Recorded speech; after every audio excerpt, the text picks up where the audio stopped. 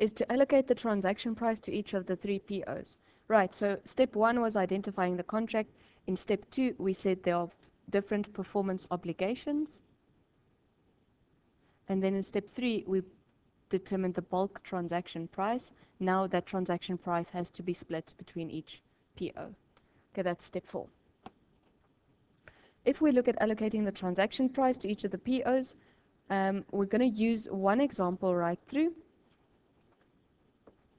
So let's quickly have a look over here. So we have an estimated standalone selling price. We did actually discuss this a little bit when we were looking at that Ferrari or Porsche or whatever we were doing. Yes. So we said we have a standalone selling price, and that is the price we'll sell this thing for if we sell it alone. Yes. So there are two options. We have a best estimate, and that is usually a observable price. So you can go to the market and see everyone else sells Porsches for this amount. That's our standalone selling price. If that is not available, let's say you make a product that isn't as clearly labeled in the market, you estimate your price, and there are 3 ways to do that. The first one is the adjusted market assessment approach, and that is, okay, you sell a similar product. Let's say you sell a Ferrari. This is what you sell it for. Let's make a few adjustments for however you would do that, and that would be what we estimate to sell our Porsche for. Second would be an expected cost plus margin, right? So it cost us $1 million. We want to make a profit of 500,000. Our standalone selling price is 1.5. And then the last one is the residual technique. This is very rare. And the only time in practice it will actually happen is if you have a brand new product, something you've never sold before, and you estimate that the cost of making this product is so small against the selling price. So this is this amazing invention. You are saying it costs you 5 Rand to make, but it's so valuable to people they'll pay 500 Rand for it. Okay. So then we use the residual approach, and we say, okay, we're selling 3 products together. This is one of them. If we take these 2 products, standalone selling price, whatever's left must be that one. Okay, so let's have a look at our example. Cool. So K Limited regularly sells A, B, and C individually at the following standalone selling prices. So A is sold at 40, B at 55, and C at 45. K regularly sells B and C together for 60 Rand. Okay? K enters into a contract with the customer to sell A, B, and C in exchange for 100 Rand, and they will satisfy the performance obligation of each product at a different point in time. The contract includes a discount of 40. We can see that, right? Because if we add all of these 3 up, I'm just going to take away the highlights. If we add those 3, we get to a total price of 140. Okay, but we're only selling them for 100. The question further says that B and C are regularly sold together for 60. So those 2 together, yeah. So that means A, if B and C are 60 Rand together, A should be their 40. The 40. There's no discount on A. Do you agree? Yes. So now, 2 things. If I tell you that you are going to transfer B and C to the customer at the same time, you don't have to actually split what B and C are separately, because when you do your journal entry, you'll debit the revenue of the full 60 at the same time as the debtor. But like this question said, it says the performance obligation will be done at different points in time. So because this one will be in year 1, for example, and B will be in year 2, we need to actually split to know which revenue we can recognize in which year. So we'll say 55 times, and that is 60.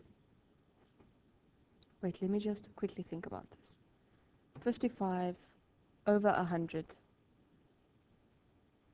So we've got 55 over 100, because that's what's left. 45 over 100, and times the 60, which is the transaction price. And that'll give you amounts over here. I think it is 33 and 27. Please just double check me.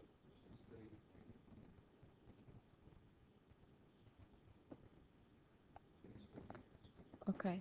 So because you've got them different times, your Yes. Now they could have also said that they sell B and C together for 70 rand. And then A would also have to change. Yeah. Well, B would also have to change. Because these two together would give you 70. So instead of saying times 60, you'll say times 70. All right, and then this one would be what's left over. So those are sold together for 70, so that one must be 30.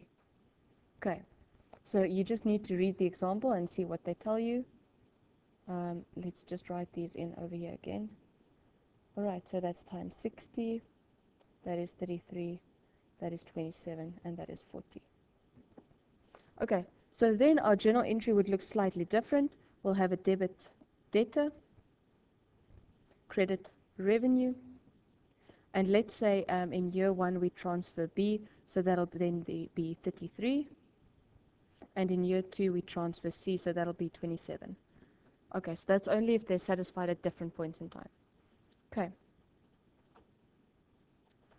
How should the discount be allocated? Right, we said 22 goes to B, 18 goes to C. Because that was 55 minus the 33. Yeah.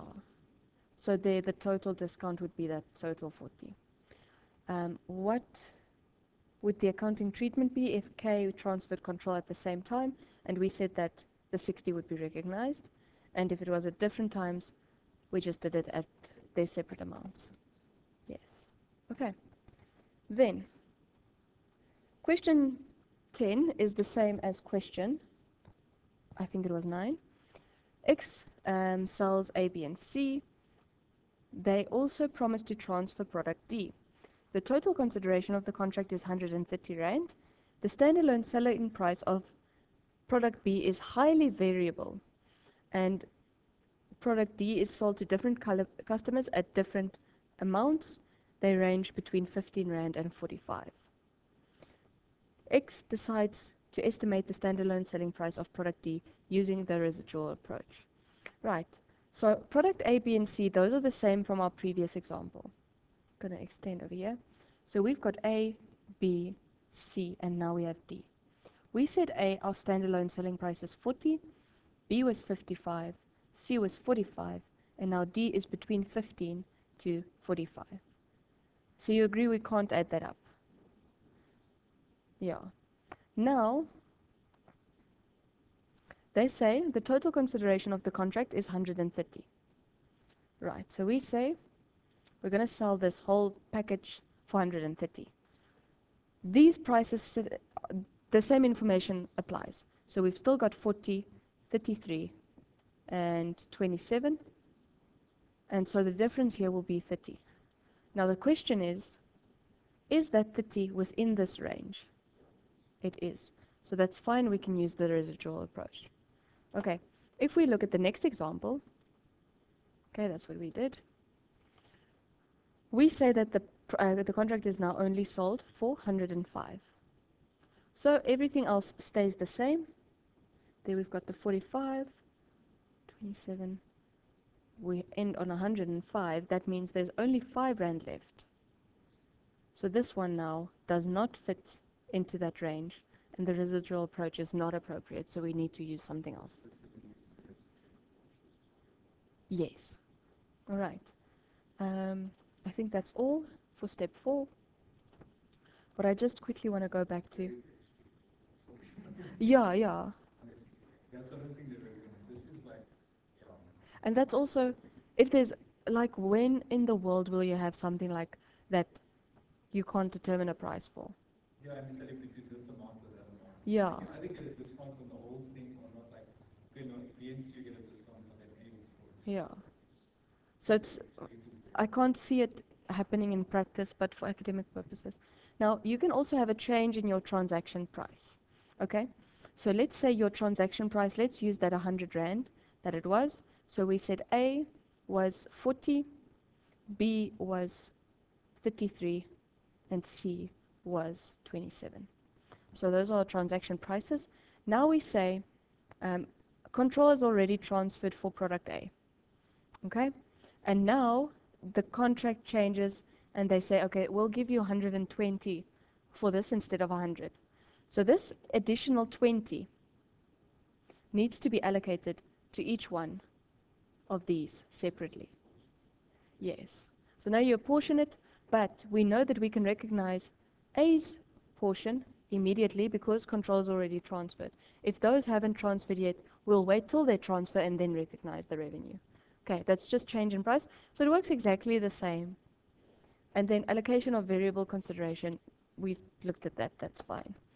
Okay, so that is then everything for step 4.